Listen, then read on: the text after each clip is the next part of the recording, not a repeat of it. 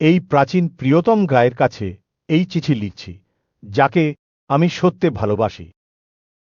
প্রিয়তম, প্রার্থনা করি যেমন তোমার আত্মা উন্নতির দিকে এগিয়ে যায়, সব বিষয়ে তুমি তেমনি উন্নতি লাভ করো, সুস্থ থাকো।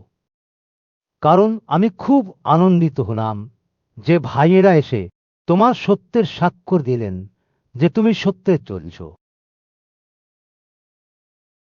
আমার সন্তানরা সত্যে চড়ে, এটা শুনলে যে আনন্দ হয় তার থেকে বেশি আনন্দ আমার নেই। প্রিয়তম সেই ভাইদের, এমনকি সেই বিদেশীদের জন্য যা যা করে থাকো, তা একটি বিশ্বস্তদের উপযুক্ত কাজ। তারা মণ্ডলীর সামনে তোমার ভালোবাসার বিষয়ে সাক্ষ্য দিয়েছেন। তুমি যদি ঈশ্বরের উপযোগীভাবে তাদেরকে সযত্নে পাঠিয়ে দাও, তবে ভালোই করবে। কারণ সেই নামের অনুরোধে তারা বের হয়েছেন, অযহুদীদের কাছে কিছুই গ্রহণ করেন না। অতএব আমরা এই প্রকার লোকদেরকে সাদরে গ্রহণ করতে বাধ্য, যেন সত্যের সহকারী হতে পাই।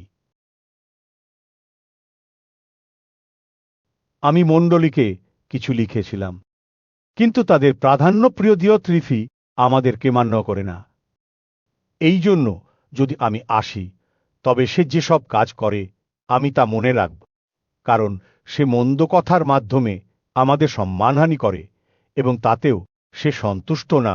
সে নিজেও ভাইদেরকে গ্রহণ করে না, আর যারা গ্রহণ করতে ইচ্ছা করে তাদেরকেও সে বারণ করে এবং মণ্ডলী থেকে বের করে দেয়। প্রিয়তম, যা খারাপ তার অনুকারী হল না, কিন্তু যা ভালো তার অনুকারী হও। যে ভালো কাজ করে সে ঈশ্বর থেকে, যে খারাপ কাজ করে সে ঈশ্বরকে দেখেনি।